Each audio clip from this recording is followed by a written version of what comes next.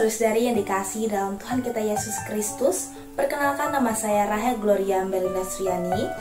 Saya akan bersama-sama mengajak Anda semua untuk membaca dan merenungkan sebagian dari kebenaran firman Tuhan dalam rangka pemenuhan tugas mata kuliah Homiletika 2. Saudara-saudari yang dikasihi dalam Tuhan kita Yesus Kristus, pembacaan Alkitab kita pada hari ini saya ambil dari kitab Perjanjian Lama, kitab Yosua, pasal yang ke-23 ayat yang pertama sampai yang ke-16. Yosua pasal yang ke-23 ayat yang pertama sampai yang ke-16 dengan judul Pidato Perpisahan Yosua pada para pemimpin bangsa itu, yang akan saya bacakan demikian dalam nama Tuhan Yesus. Lama setelah Tuhan mengaruniakan keamanan kepada orang Israel ke segala penjuru terhadap semua musuhnya, dan ketika Yosua telah tua dan lanjut umur, dipanggilnya seluruh orang Israel, para tua-tuanya, para kepalanya, para hakimnya, dan para pengatur pasukannya, dan berkata kepada mereka, "Aku telah tua dan sangat lanjut umur, dan kamu ini telah melihat segala yang dilakukan Tuhan Allahmu kepada semua bangsa di sini demi kamu, sebab Tuhan Allahmu dialah yang telah berperang bagi kamu. Ingatlah, aku telah membagikan dengan membuang undi bangsa-bangsa yang masih tinggal ini kepada suku-sukumu menjadi milik pusakamu. Seperti juga semua bangsa yang telah kulenyapkan hari itu, mulai dari sungai Yordan sampai ke laut besar, di sebelah matahari terbenam. Dan Tuhan Allahmu dialah yang akan mengusir dan menghalau mereka dari depanmu, sehingga kamu menduduki negeri mereka seperti yang dijanjikan kepadamu oleh Tuhan Allahmu. Kuatkanlah benar-benar hatimu dalam memelihara dan melakukan segala yang tertulis dalam kitab hukum Musa, supaya kamu jangan menyimpang ke kanan atau ke kiri, dan supaya kamu jangan bergaul dengan bangsa-bangsa yang masih tinggal di antaramu itu, serta mengakui nama Allah mereka dan bersumpah demi nama itu, dan beribadah atau sujud menyembah kepada mereka. Tetapi kamu harus berpaut pada Tuhan Allahmu seperti yang kamu lakukan sampai sekarang. Bukankah Tuhan telah menghalau bangsa-bangsa yang besar dan kuat dari depanmu, dan akan kamu ini seorang pun tidak ada yang tahan menghadapi kamu sampai sekarang? Satu orang saja daripada kamu dapat mengejar 1000 orang, sebab Tuhan Allahmu dialah yang berperang bagi kamu, seperti yang dijanjikannya kepadamu. Maka demi nyawamu, bertekunlah mengasihi Tuhan Allahmu, sebab jika kamu berbalik dan berpaut kepada sisa-sisa bangsa ini yang masih tinggal di antara kamu, kawin-mengawin dengan mereka, serta bergaul dengan mereka dan mereka dengan kamu, maka ketahuilah dengan sesungguhnya bahwa Tuhan Allahmu tidak akan menghalau lagi bangsa-bangsa itu dari depanmu, tetapi mereka akan menjadi perangkap dan jerat bagimu, menjadi cambuk pada lambungmu dan duri pada matamu, sampai kamu binasa dari tanah yang baik ini yang telah diberikan kepadamu oleh Tuhan Allahmu. Maka sekarang, sebentar lagi aku akan menempuh jalan segala yang panah.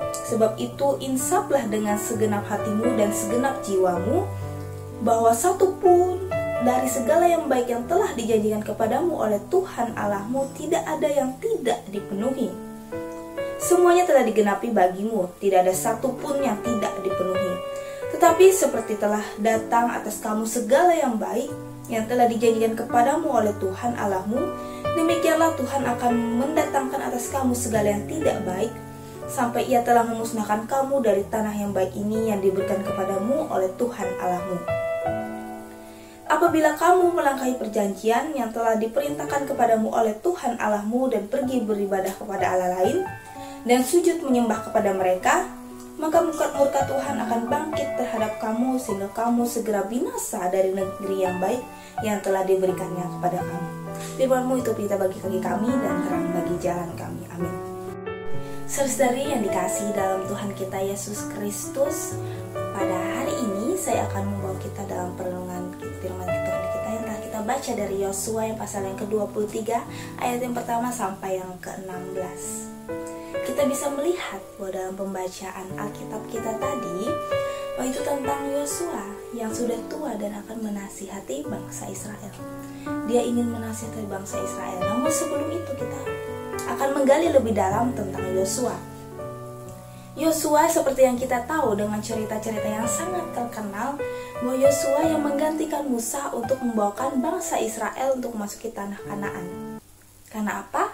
Karena Musa telah melakukan hal yang tidak berkenan di hati Tuhan, sehingga Tuhan tidak mengizinkan Musa untuk menginjak ke tanah perjanjian. Sehingga Yosua sebagai orang kepercayaan yang dipercayakan oleh Musa membawa bangsa Israel masuk ke tanah perjanjian. Saudara-saudari yang dikasihi dalam Tuhan kita Yesus Kristus, untuk menjadi orang kepercayaan kita harus setia. Itulah menjadi kunci utama kita menjadi dipercayakan oleh orang lain. Kita mempunyai kesetiaan, kita mempunyai hati yang tulus untuk menjalankan segala hal dalam kehidupan kita. Saudara-saudari yang dikasihi dalam Tuhan kita Yesus Kristus, pada saat ini saya memberi judul untuk khotbah saya, yaitu Selamanya Setia. Saudara-saudari yang dikasihi dalam Tuhan kita Yesus Kristus, apa yang dapat kita pelajari dari nas khotbah kita ini agar kita menjadi orang yang setia kepada Tuhan terhadap Allah? Apa yang Tuhan berikan kepada kita akan melihat ke dalam beberapa hal yang akan saya sampaikan. Saudara-saudari yang dikasihi dalam Tuhan kita Yesus Kristus, kita bisa melihat bahwa dalam ayat pertama dan yang kedua, pada saat itu Yosua itu sudah tua dan sudah lanjut umurnya. Dan pada saatnya dia yang tua ini, dia tidak pernah melepaskan kesetiaannya terhadap Tuhan. Dia selalu setia, dia selalu mengandalkan Tuhan dalam kehidupannya walaupun dia sudah tua. Padahal pas sudah tua itu bisa saja dia berpoya-poya, berhura-hura untuk tidak mengandalkan Tuhan lagi. Namun Yosua tetap mengandalkan Tuhan dan memegang janji Allah yang luar biasa dalam kehidupannya. Saudara-saudari yang dikasih dalam Tuhan kita Yesus Kristus, banyak orang yang pada saat tuanya itu malah lebih jauh daripada Tuhan. Tapi Yosua mengajarkan kita, walaupun umur kita sudah tua, kita sudah melewati berbagai hal dalam kehidupan kita, kita tetap percaya bahwa Tuhan itu akan menepati segala janji-janjinya. Kita tetap mengandalkan Tuhan dan kita tetap berharap kepada Tuhan. Saudara-saudari yang dikasih dalam Tuhan kita Yesus Kristus, Yosua di dalam pasal yang ketiga, ayat yang ketiga maksud saya, mengingatkan kebesaran kuasa Allah dalam kehidupan bangsa Israel. Karena apa? Bangsa Israel adalah bangsa yang bebal. Sehingga Yosua walaupun dia sudah tahu dia akan bisa dibilang akan meninggal, sudah tua ya, sudah umurnya sudah di ujung tanduk begitu.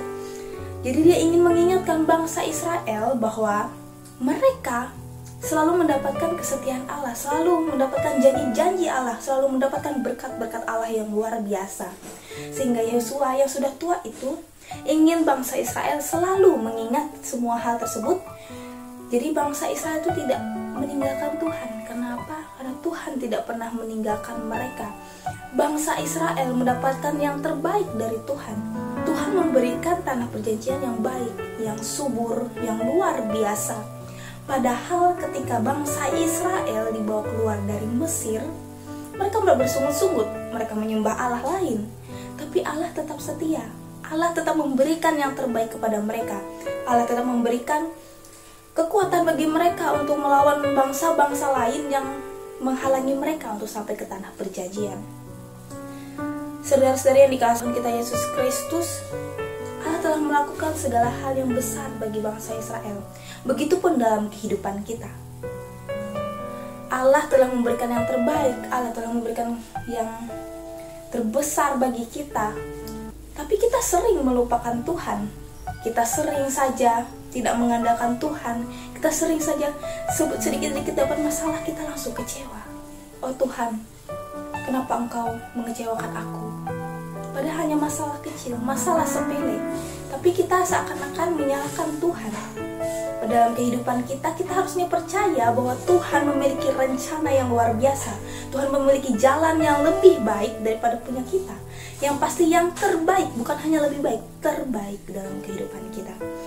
Saudara-saudari yang dikasihi dalam Tuhan kita Yesus Kristus, Yosua di sini menginginkan umat Israel itu untuk hidup dalam kehendak Tuhan. Begitu pun dalam kehidupan kita. Ketika kita sudah mendapatkan yang terbaik dari Tuhan, mendapatkan yang luar biasa, jangan kita melupakan Tuhan. Dan kita mau enaknya saja ketika kita mendapatkan hal tersebut. tapi kita juga harus mengikuti kehendak Tuhan. Kita harus mengikuti apa yang Tuhan inginkan dalam kehidupan kita, sebagai bentuk syukur dan terima kasih kita kepada Tuhan atas berkat-berkatnya yang telah diberikan kepada kita.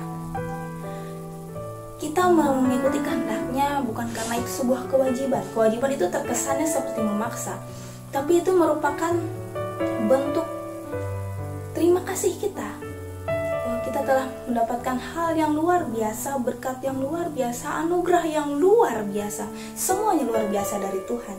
Kita mendapatkan yang terbaik dari Tuhan. Tuhan pasti tahu apa jalan yang terbaik, apa yang terbaik dalam kehidupan kita.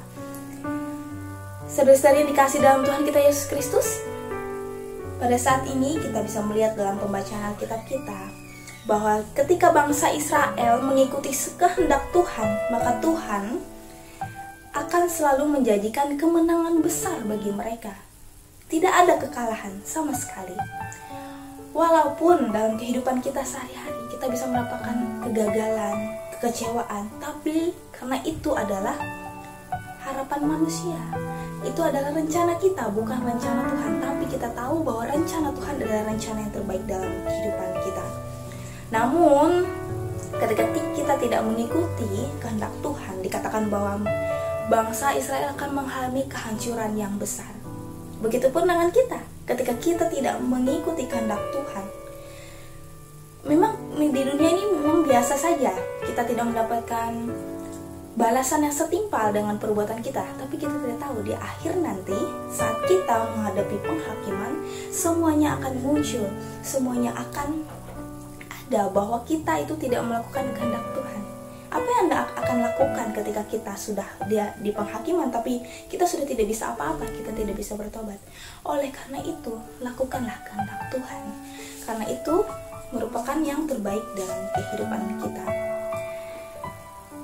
Kita dari pembacaan Alkitab kita tadi, dari perenungan kita tadi, kita percaya bahwa karya Allah itu selalu sempurna bagi kita, bagi bangsa Israel, bagi siapapun itu yang percaya dan melakukan kehendaknya dalam kehidupannya. Karena kita itu setia kepada Tuhan, mengandalkan Tuhan itu sebagai bentuk syukur dan terima kasih. Itu bukan bentuk paksaan, bukan sebuah kewajiban yang memaksa, yang menyakiti, tapi itu merupakan suatu kesenangan, kegembiraan bahwa kita bisa melakukan kehendak Tuhan karena kita telah mendapatkan sesuatu yang luar biasa dari Tuhan.